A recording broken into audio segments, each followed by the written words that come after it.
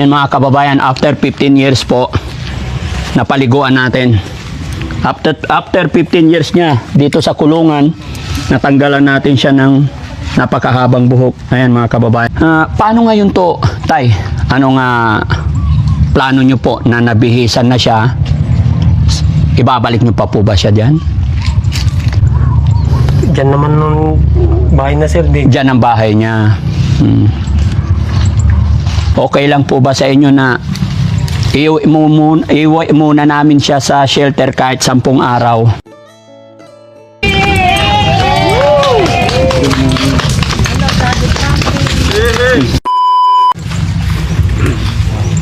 Kumusta pakiramdam, Kuya Oliver? Good? How's your feeling now? Ha? Masarap? Ubusin mo yung tinapay mo.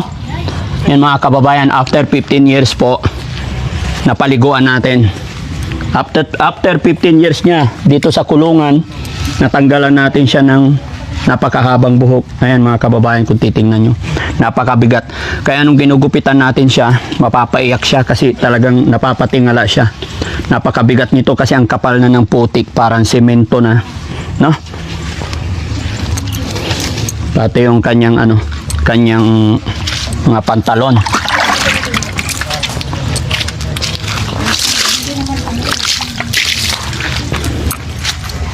Ano pangalan ni tatay? Ako sir? Opo. Bernardo sir. Tay Bernardo, dito po tayo. Okay lang. Tay, anong masasabi mo po na sa loob ng 15 taon napaliguan, nabihisan? Gumanda na yung kanya sir. Gumapo na siya. Gumapo na siya. Hindi na siya nakakatakot hawakan. Hindi na sir. Kung kanina mga kababayan, lahat po ng lalapit dito nakadistansya, mapapansin ninyo. Dahil matalsikan man lang ikaw nang galing sa kanyang daliri, talagang pag hindi ka sanay sa mga ganitong tao, gaya ng aking sinabi mga kababayan, hindi mo kakayanin. Kaya muli po mga kababayan, sa mga kapanood ng video ito, pasintabi po sa mga kumakain, At ito si Kuya, dahil 15 taon masaya siya na nakita niya yung kapatid niya na malinis na, nagupitan na. Paano ngayon to, Tay? Anong plano nyo po na nabihisan na siya? Ibabalik nyo pa po ba siya dyan? Sir, kung Hindi po. gawin natin. Kayo po ang tinatanong ko, sir. Kasi gaya na aking sinabi, napaliguan na, naawa lang po kasi ako sa sitwasyon niya na napakarumi, puro tayo yung ulo, buong katawan. Ngayon po, nabihisan na po siya. Ano yung plano nyo? Dyan pa rin siya po. Diyan naman ng bahay na sir. Dyan ang bahay niya. Sa makatwid, sir, kaya ito nakulong dyan, kaya nyo kinulong kasi nananakit ba? Oo sir. Violente siya. Noon sir. Nananakit siya, kaya kinulong nyo siya. Ganun sir. Ganun na nga. Yan mga kababayan, at ano't ano man po ang pinagdaanan or nangyari, pagpaumanhin nyo po mga kababayan, no? Bagamat hindi natin alam talaga yung kanilang mga dahilan or simula. Pero andito ang Team Daddy Frankie para gumawa ng tulong sa abot ng aming makakaya kasama ng aking team. At ito, hindi ko alam kung anong gagawin ko sa ngayon, pero may pag-cooperate tayo sa pamilya ni Kuya Oliver. Siyempre, hindi natin pwedeng hindi tayo pwede basta-basta gumalaw na walang abiso or permiso. Tay, nga pala, naka-video po ako, i-upload ko po ito sa YouTube, Facebook, okay lang po? Okay. Maraming salamat po, no? Okay.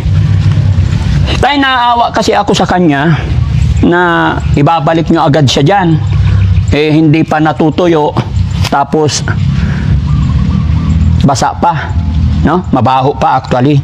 Kailangan talaga i-sanitize para hindi siya magkasakit, no? Although pasensya na po kayo dahil, no? Wala akong masamang intention manakit ng inyong mga damdamin.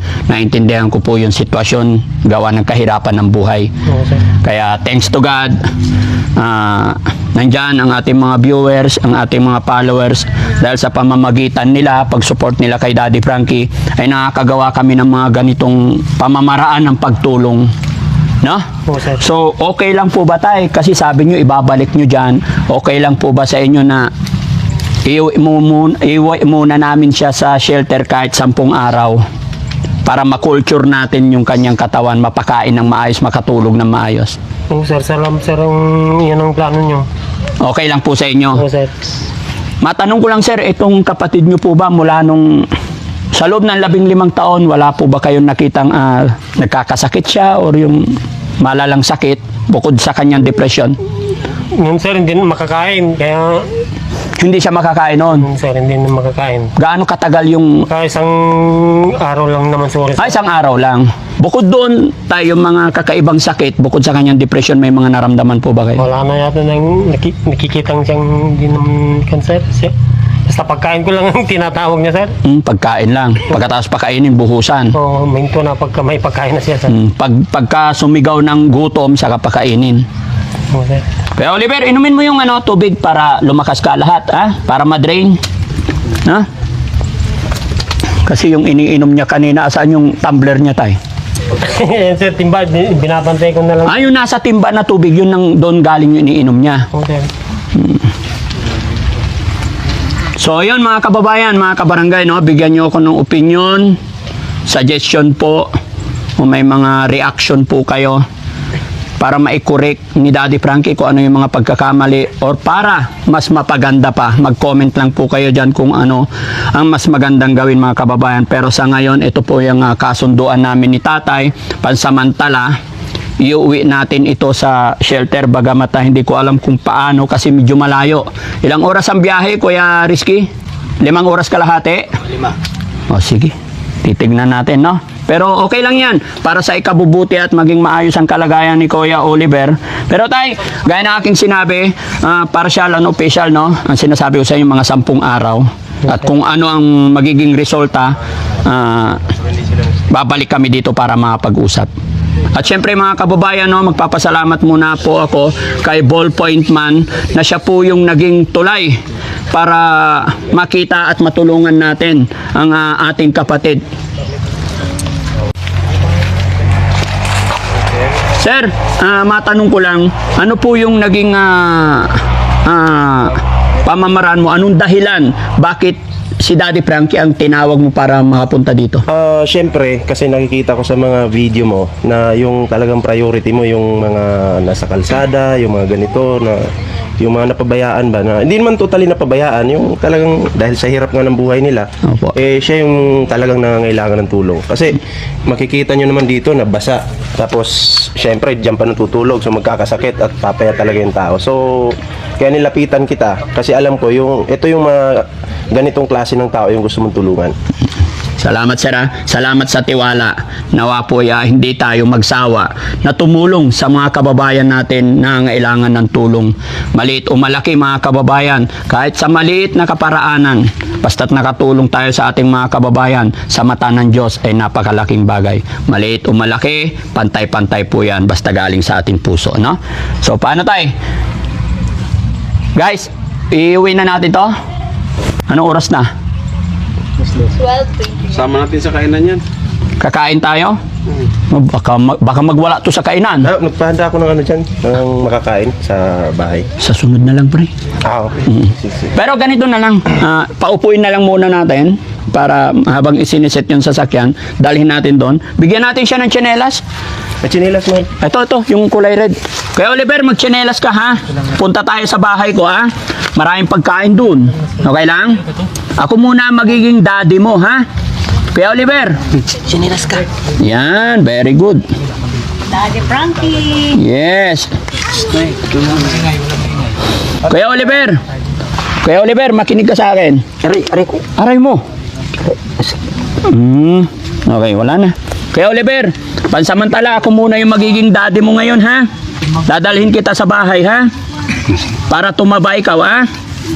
Tapos siguro. Pero tay, kung sakasakali dalhin namin ito sa bahay pagamutan, pwede ka po bang sumama mag-assist sa amin? Kahit sa una lang. Kasi pag dinadala ito sa pagamutan, kayo po ang makakasagot ng mga katanungan. Okay lang po ba? Kukunin nyo ako dito sa Yes po, dadaanan ka namin. Kung sakasakali. Magbibigay ako ng message kay Ballpoint Man para makapaghanda ka rin. Oo, sir. Pero ang ano to, sir, iayos muna natin yung sitwasyon niya doon, pakainin muna. No? Oo, sir, para kung naman uminhawa yung ano niya, sir. Pakiramdam niya. Sige po. Ano lang tay, support lang kailangan namin, suporta ng pamilya. Tulong na rin natin sa ating kapatid. Ano po? Oo, sir. O, sige. So, guys, paano? Dalhin na natin doon para mawala na dito sa putik-putik. Upuan yan yung... O, kailangan may upuan. Sir, come on, David. Ay, wag na pumasok doon. Dito tayo. Dito tayo sa balay. Yung sasakyan hindi ba kaya iatras dito? Ay, kaya, sir. Yung isa?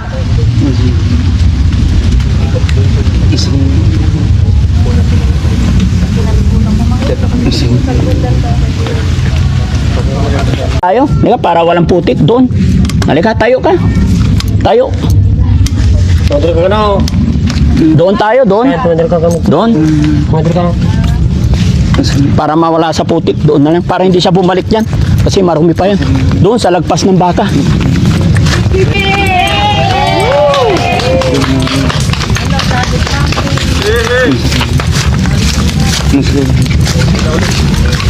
Oh, dito mo. Kuwanto. Masakit? Hindi, okay lang. Yan.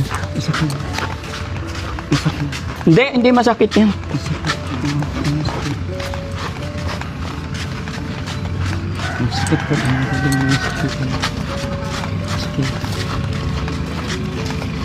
Dit.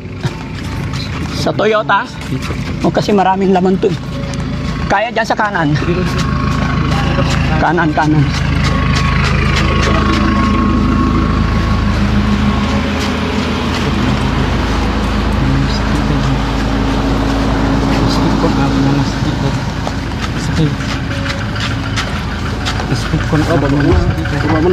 Baba mo na. Dito ko. Ay! Pupunta natin David sa no? Ay, David ka na. Pero sabi niya, Oliver. Tapos diretso na to biyahe. Doon na tayo kakain sa bahay. Ha? Kaya pa, di ba?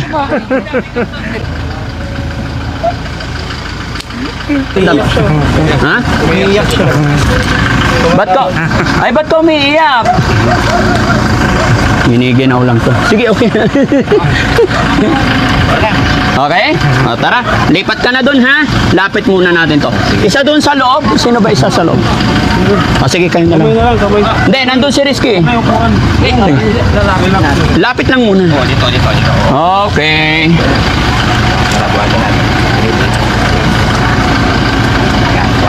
Shirt ko yung boss. Shirt. Sa short.